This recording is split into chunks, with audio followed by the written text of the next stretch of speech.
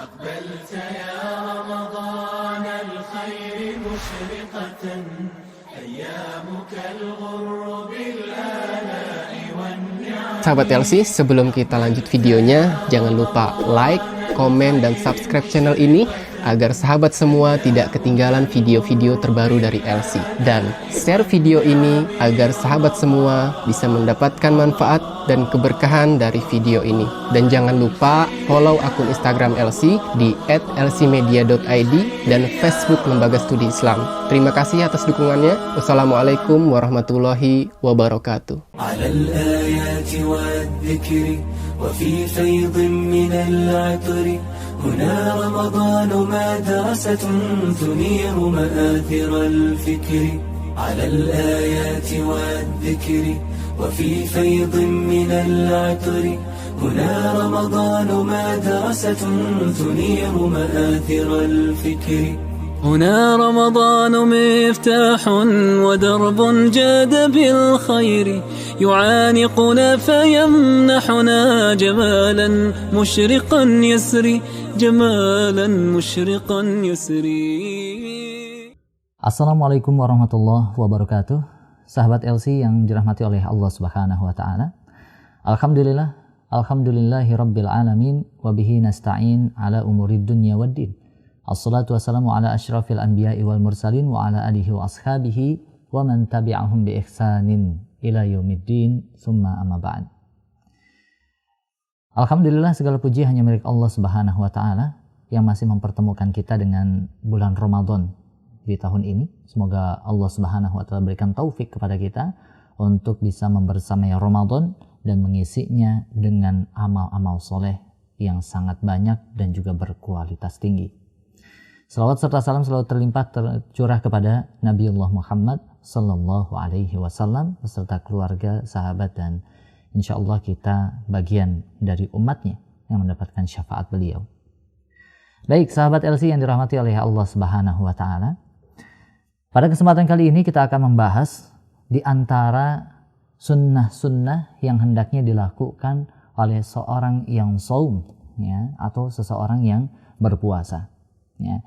Hal ini bertujuan agar puasa kita semakin berkah, puasa kita semakin banyak keutamaannya, dan juga banyak pahala yang bisa kita rebut, yang bisa kita raih ketika kita sedang berpuasa. Ya. Jangan sampai puasa kita ini hanya sekedar puasa yang hanya sekedar rutinitas saja, puasa yang tidak bermakna dan juga tidak mendatangkan pahala besar, atau bahkan pahala puasa kita dihabiskan dengan hal-hal yang sia-sia, atau bahkan mungkin dihabiskan dengan hal-hal yang dapat mendatangkan maksiat dan juga murka Allah Subhanahu wa taala. Waliyadzubillah. Mudah-mudahan puasa yang kita jalani khususnya pada tahun ini dan juga tahun-tahun yang akan mendatang, ya, ini merupakan puasa yang berkualitas tinggi dengan cara menjalankan setiap nilai-nilai sunnah yang terdapat di dalamnya. Baik, sahabat LC yang dirahmati oleh Allah Subhanahu wa taala, tidak berpanjang lebar, apa sajakah di antara sunnah-sunnah ketika berpuasa itu? Mudah-mudahan jika di antara kita ada yang sudah melaksanakannya, maka ini bisa menambah wawasan keislaman kita dan juga memperkuat kita agar bisa istiqomah menjalankan sunnah-sunnah ini khususnya hingga akhir Ramadan kelak. Dan adapun bagi kita yang mungkin di antara sunnah-sunnah ini belum dilaksanakan atau belum tahu ilmunya, maka pada kesempatan kali ini kita akan mengupas lebih dalam, ya, supaya kita bisa mengamalkannya dan juga meraih lebih banyak lagi keberkahan-keberkahan Ramadan. Baik, sahabat LC yang dirahmati oleh Allah Subhanahu wa taala. Sunnah berpuasa yang pertama yaitu takhirus sahur, mengakhirkan waktu sahur. Ya. Nah, disunahkan buat kita yang sedang berpuasa untuk mengakhirkan makan sahur dan juga untuk memakan sahurnya. Ya. Jadi memakan makanan di waktu sahur. Dan ini ada dua keutamaan yang berbeda. Pertama, keutamaan makan sahurnya, dan yang kedua adalah keutamaan untuk mengakhirkan makan sahur. Sehingga ketika kita menggabungkan dua ini, maka akan mendapatkan keutamaan yang luar biasa. Dua keutamaan besar ini akan kita raih. Ya. Sahabat LC yang dirahmati oleh Allah Subhanahu wa Ta'ala, makan sahur ini bukan hanya sekedar makan untuk menguatkan tubuh kita ketika nanti berpuasa. Ya, akan tetapi ada keutamaan besar, pahala besar, dan juga keberkahan demi keberkahan yang tersimpan di dalam makan sahur ini. Ya. Sampai-sampai Al-Imam Al-Khattabi rahimahullah mengatakan bahwasanya makan sahur ini merupakan tanda bahwa agama Islam selalu mendatangkan kemudahan dan tidak pernah mendatangkan kemudaratan, atau tidak pernah mempersulit hamba-hambanya. Ya. Sebagaimana hal ini dikutip di dalam kitab Aunul Ma'bud. Sehingga ini bukan hanya sekedar mempermudah kita untuk melaksanakan puasa. Ya. Dan bukan termasuk satu keutamaan ketika kita meninggalkan makan sahur ini. Ya, karena ada anggapan di sebagian masyarakat kita atau rekan-rekan kita, teman-teman kita, kalau yang puasanya tidak sahur, ini dianggap kuat. Gitu ya. Dianggap orang yang punya keutamaan. Dianggap orang yang hebat. Kenapa? Karena dia tetap berpuasa meskipun tidak sahur. Padahal ini satu kekurangan. Ya. Padahal ini sesuatu yang nakis. Ya. Keberkahannya kurang ketika kita tidak makan sahur. Apalagi tidak makan sahurnya ini dikarenakan sengaja. Bukan karena ketiduran, bukan karena terlelap, lupa misalkan. Tapi karena sengaja.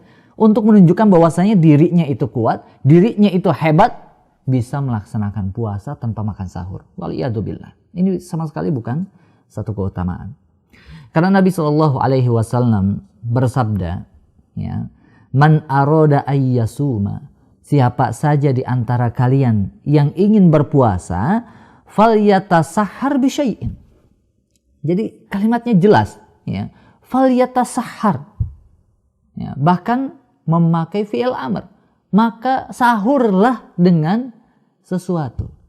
Ya, bahkan dalam riwayat lain sampai disebutkan meskipun hanya dengan seteguk air putih. Iya.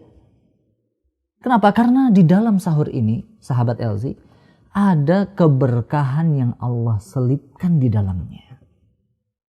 Jadi kalau kita makan sahur, ini kita akan memiliki puasa yang penuh dengan keberkahan. Ya, bukan hanya sekedar untuk menguatkan tubuh kita. Ya. Kalau tadi diriwayatkan oleh Imam Ahmad dan disahihkan oleh Syekh Syuaib Al-Arnaud, hadis yang berikutnya ini diriwayatkan langsung oleh Bukhari dan juga Muslim. Ya. Bahwasanya makan sahur ini bukan hanya sekedar untuk memudahkan kita berpuasa, menguatkan kita ketika berpuasa, akan tetapi ada keberkahan demi keberkahan yang tersimpan di dalamnya. Apa kata Nabi Shallallahu Alaihi Wasallam dalam riwayat muttafaq alaih ini? Tasahharu, hendaknya kalian bersahur, sahurlah kalian, fa inna fis sahuri barokah. Karena sesungguhnya kata Nabi Shallallahu Alaihi Wasallam, di dalam makan sahur itu ada keberkahan. Ya. Jadi ketika kita menyantap makanan ketika sahur, entah itu nasi goreng, entah itu mie goreng misalkan, entah itu kurma, atau bahkan hanya sekedar minum air saja, walaupun itu hanya seteguk, maka hendaknya kita memakannya. Hendaknya kita meminumnya. Karena ketika kita melakukan itu, maka akan turun keberkahan dari Allah Subhanahu wa Ta'ala. Nah, ini yang pertama, yaitu makan sahur dan mengakhirkannya. Apalagi kalau kita lihat di dalam riwayat-riwayat yang lain, misalkan di dalam riwayat Imam Muslim, ya, bahwasanya di antara keutamaan makan sahur itu adalah membedakan antara puasanya kita dengan puasanya ahlul kitab. Karena kita tahu bahwasanya puasa ini adalah syariah yang bukan hanya turun ketika disyariatkan dalam syariah Nabi Shallallahu Alaihi Wasallam saja. Akan tetapi di syariat-syariat zaman dahulu sebelum Nabi Shallallahu Alaihi Wasallam pun ada makan sahur, ada berpuasa, dan juga ada makan sahurnya, gitu maksudnya. Ya. Dan makan sahurnya orang-orang terdahulu ini ditiadakan. Ya, ditiadakan kalau seseorang sudah tertidur. Ya, bahkan sampai awal-awal keislaman, di awal-awal disyariatkannya puasa, itu masih diterapkan syariah yang seperti ini. Jadi jika seseorang sudah tertidur, ya, maka dia tidak boleh makan lagi. Awal puasanya itu adalah ketika dia sudah bangun dari tidurnya. Oleh karenanya pernah ada kejadian di zaman Nabi SAW, seorang sahabat mulia yang ketika dia berpuasa, maka dia tertidur sebelum ia berbuka.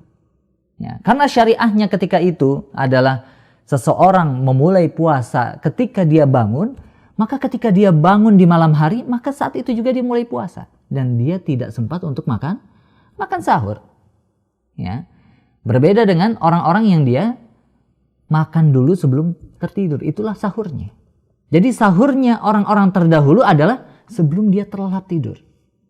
Gitu ya. Makanya Nabi SAW bersabda, ya, untuk membedakan antara sahurnya seorang muslim dengan sahurnya orang-orang non-muslim, orang-orang yang terdahulu, ya, maka hendaknya kita menunaikan sahur di akhir-akhir waktu. Dan ini pun untuk membedakan antara puasa kita dengan puasa ahlul kitab, yaitu memakan sahur di akhir waktu. Ya. Bahkan secara tegas Nabi SAW sebutkan faslu ma baina siyamihi, faslu ma baina siyamina, ya, wa siyami ahlul kitab as-sahar. Perbedaan antara puasanya kita seorang muslim dengan ahlul kitab adalah sahurnya. Ya. Kapan sahurnya? Yaitu diakhirkan hingga mendekati waktu fajar. Ya.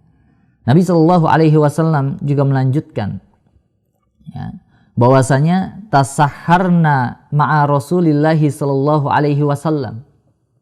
Ya. Pernah satu ketika, ini dari Anas bin Malik radhiyallahu an, ya, riwayatnya, kami sahur bersama Nabi SAW, summa kumna ilas sholah, kemudian kami bangkit untuk melaksanakan sholat.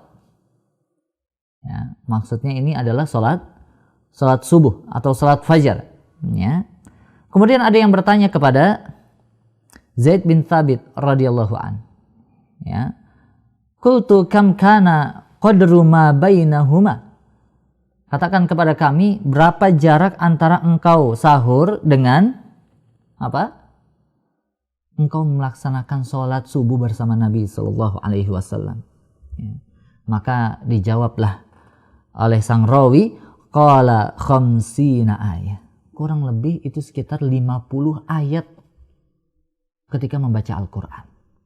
Jadi memang sahurnya itu sangat dekat dengan waktu subuh, waktu fajar. Ya. Ini yang pertama, sahabat LC yang dirahmati oleh Allah Subhanahu wa taala, hendaknya kita menunaikan sahur, ya, dan jangan menyengaja apalagi meninggalkan sahur, ya. Kemudian kita mengakhirkan waktu untuk bersahurnya. Ya. Lantas yang kedua adalah di antara sunnah-sunnah dalam berpuasa menyegerakan waktu berbuka. Nah, ini kembali masih berkaitan dengan fenomena orang yang mengawal-awalkan sahur, gitu ya. Yaitu dengan alasan agar dirinya dianggap kuat, agar dirinya dianggap hebat, ya, maka mereka mengakhirkan waktu berbuka. Bahkan ada yang nanti saja setelah sholat maghrib saya baru berbuka puasa. Ya. Padahal anjuran dari Nabi SAW dalam riwayat Bukhari dan juga Muslim, ya, la yazalun nas bi khairin ma'ajjalul fitr. Tidaklah manusia ini masih berada dalam kebaikan kecuali ketika dia, ya, dalam keadaan mengawalkan waktu berbukanya. Ya. Jadi seakan-akan manusia ini selalu dalam keadaan keburukan kalau dia mengakhirkan waktu berbuka. Dan ini jangan kebalik, ya. Jangan terbalik antara mengakhirkan sahur dan menyegerakan waktu berbuka. Ya. Yang disegerakan itu waktu berbuka, bukan waktu sahur. Yang diakhirkan itu waktu sahurnya, bukan waktu berbukanya. Ya.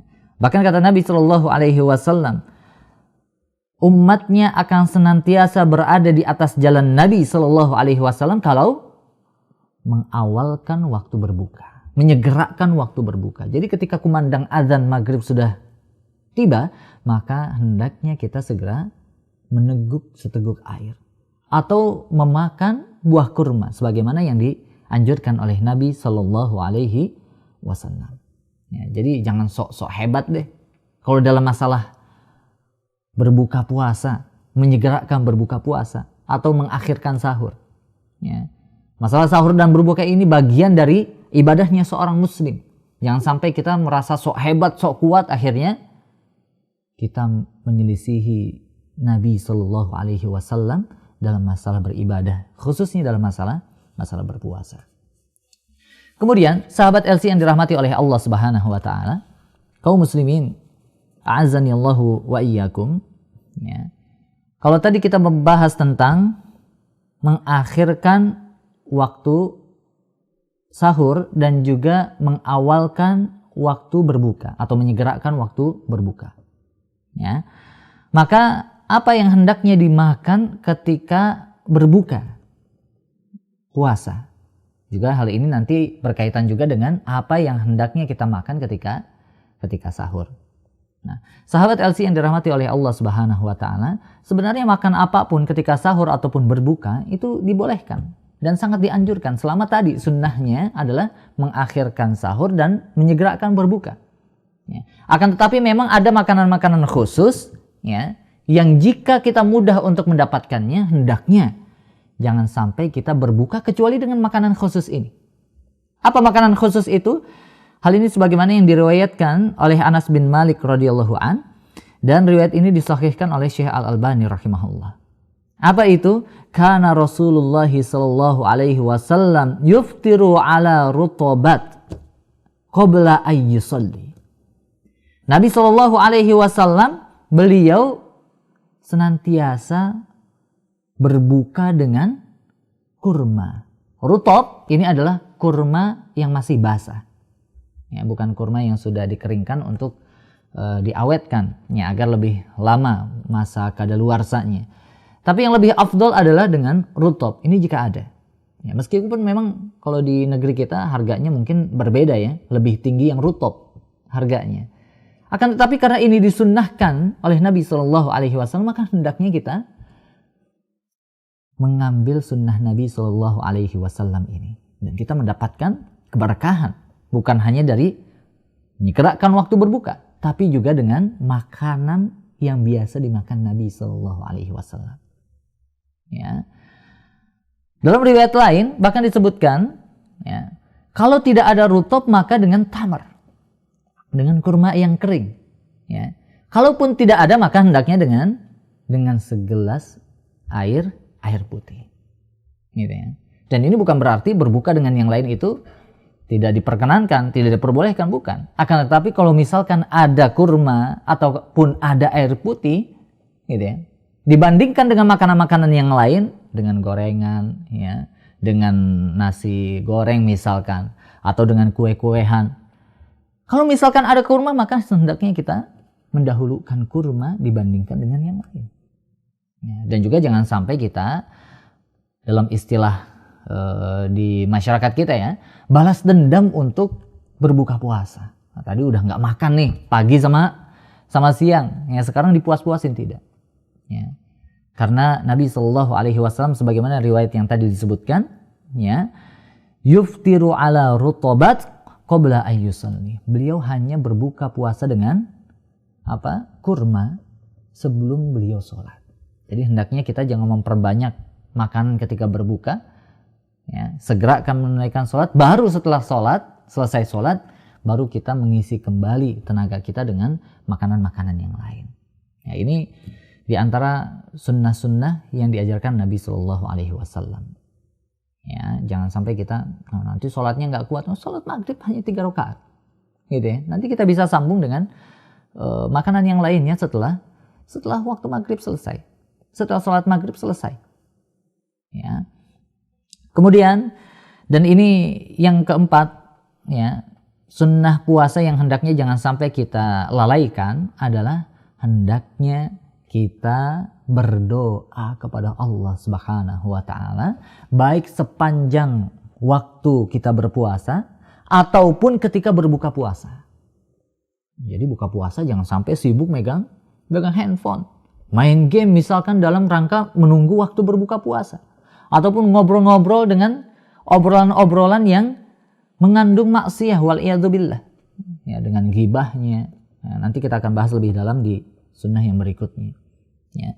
Tapi hendaknya seseorang ketika menjelang berbuka puasa, maka dia memanjatkan doanya kepada Allah Subhanahu wa Ta'ala dengan doa apapun, dan khususnya adalah doa-doa yang terkait dengan akhiratnya. Allahumma taqabbal minna innaka antas sami'ul alim. Ya Allah, terimalah, ya, setiap amal-amal solehku selama hari ini. Ya. Ini doa yang diajarkan oleh Nabi SAW. Wa tub alaina innaka antat tawwabur rahim. Dan kalaupun selama hari ini berpuasa ada dosa-dosa, ada maksiat-maksiat yang bahkan bisa menghapuskan pahala puasa, maka ampuni kami ya Allah. Ini yang berkaitan dengan akhiratnya. Ya, jangan sampai kita hanya doa, ya Allah, pengen Ferrari, pengen Pajero misalkan begitu ya. Atau misalkan pengen motor, pengen hal-hal dunia saja yang kita harapkan dan minta kepada Allah Subhanahu wa Ta'ala. Ya, hendaknya kita mendahulukan akhirat. Kenapa? Wal akhiratu khairul laka minal ula. Akhirat itu lebih baik daripada dunia. Wal akhiratu khairu wa abqa. Dan akhirat itu lebih baik serta lebih kekal. Ya, jadi jangan sampai kita berdoa dengan doa-doa yang hanya terkait dengan dunia, walaupun tidak dilarang. Ya. Kemudian sahabat LC yang dirahmati oleh Allah Subhanahu wa Ta'ala, ya, tadi yang keempat, kemudian yang kelima, ya, di antara sunnah-sunnah ketika berpuasa, ya, dari banyak-banyak sunnah, ya, yang dapat dirangkum dalam kesempatan kali ini, hendaknya ketika berbuka puasa, ya, kita juga memberikan makanan untuk orang-orang yang berbuka puasa. Ya. Kita bersedekah untuk orang-orang yang berbuka puasa. Kita it'amut ta'am, memberikan makan kepada orang-orang yang sedang berpuasa ketika berbuka. Ya. Karena ini pahalanya sangat luar biasa, sangat besar. Ya. Kata Nabi SAW dalam riwayat Tirmidzi dan juga Ibnu Majah. Ya. Beliau SAW bersabda, "Man fattara sha'iman."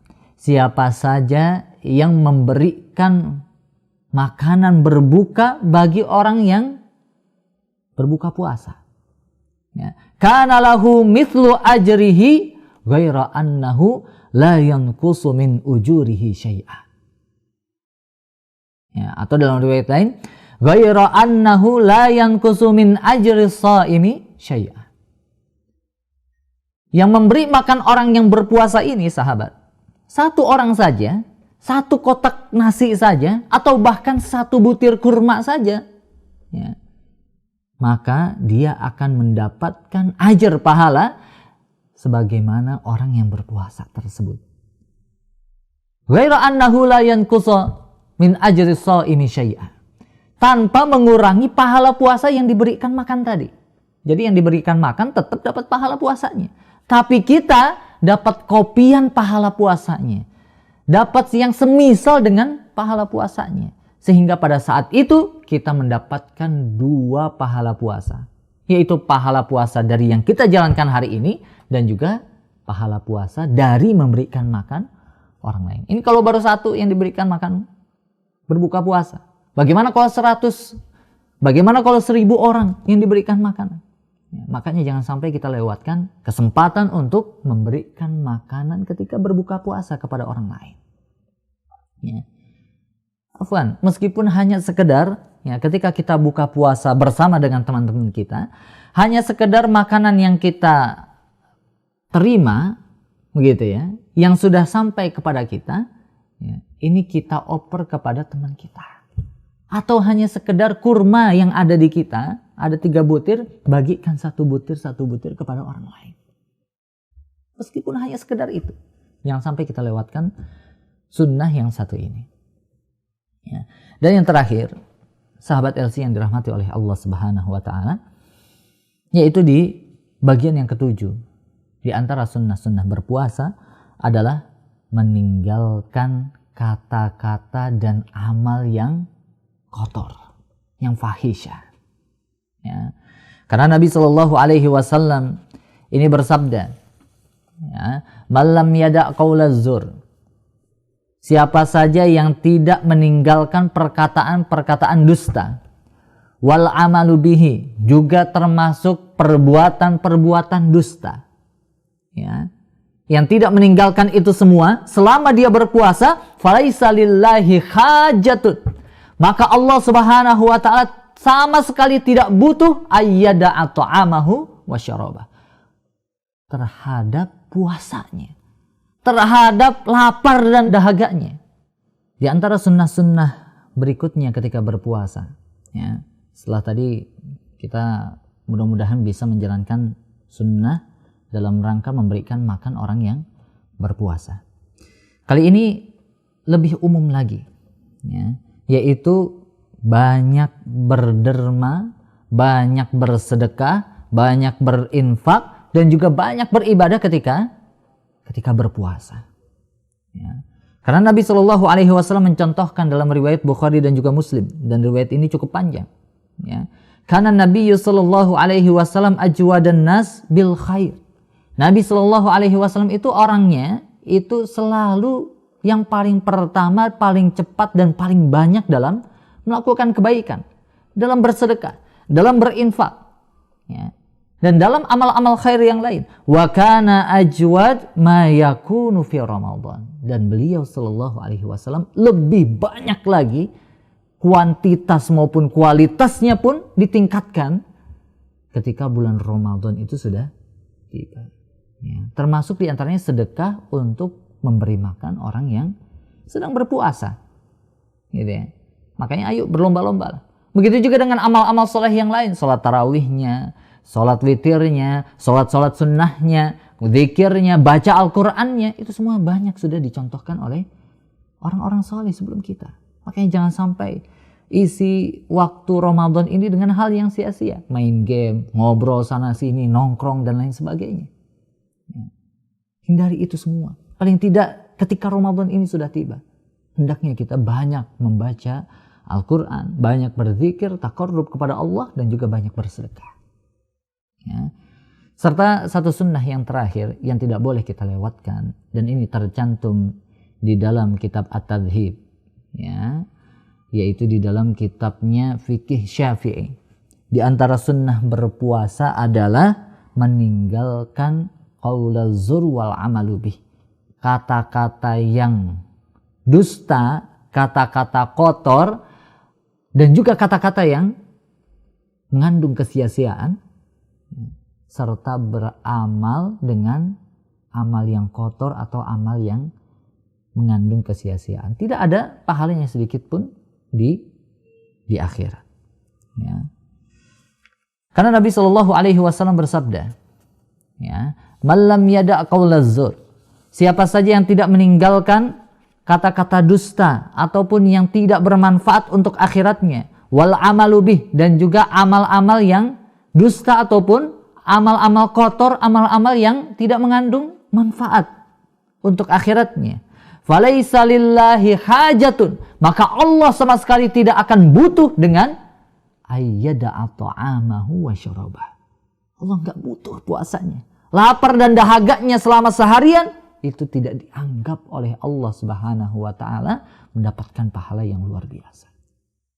Maukah kita puasa kita selama seharian atau mungkin selama Ramadan hancur pahalanya dikarenakan amal-amal dan juga kata-kata kita yang kotor dan juga dusta? Apa yang dimaksud dengan kata-kata kotor dan juga dusta di sini? Syekh Profesor Dr. Mustafa Al-Bugha, ya, di dalam kitabnya Al-Fiqh Al-Manhaji mengatakan, Di antara qaul az-zur, kata-kata az-zur itu adalah mencela orang lain, berdusta, menggibah, menggunjing, namimah, dan juga segala macam perkataan dan perbuatan yang mengandung murkanya Allah Subhanahu wa taala. Ya. Oleh karenanya janganlah sahabat LC yang dirahmati oleh Allah Subhanahu wa taala, kita isi bulan Ramadan ini dengan perkataan dan perbuatan yang bermaksiat kepada Allah ataupun yang sia-sia, ya. Hendaknya kita matikan handphone kita kalau tidak butuh-butuh sekali. Ya, jangan sampai setelah sholat buka handphone. Ya, setelah bangun tidur buka handphone. Ya.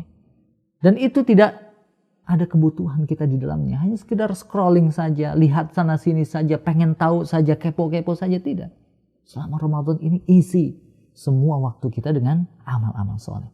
Mudah-mudahan Allah Subhanahu wa taala berikan taufik kepada kita untuk bisa memanfaatkan bulan Ramadan tahun ini sebagai Ramadan yang terbaik, Ramadan yang tinggi amal-amal soleh kita, dan juga Ramadan yang kuantitas dan kualitas amal-amal soleh kita di dalamnya ini semakin meningkat dan semakin banyak di hadapan Allah Subhanahu wa taala. Amin, amin ya rabbal alamin. Subhanakallahumma wa bihamdika asyhadu an la ilaha illa anta astaghfiruka wa atubu ilaik. Wassalamualaikum warahmatullahi wabarakatuh. على الآيات والذكر وفي فيض من العطر هنا رمضان مدرسة تنير مآثر الفكر على الآيات والذكر وفي فيض من العطر هنا رمضان مدرسة تنير مآثر الفكر هنا رمضان مفتاح ودرب جاد بالخير يعانقنا فيمنحنا جمالا مشرقا يسري جمالا مشرقا يسري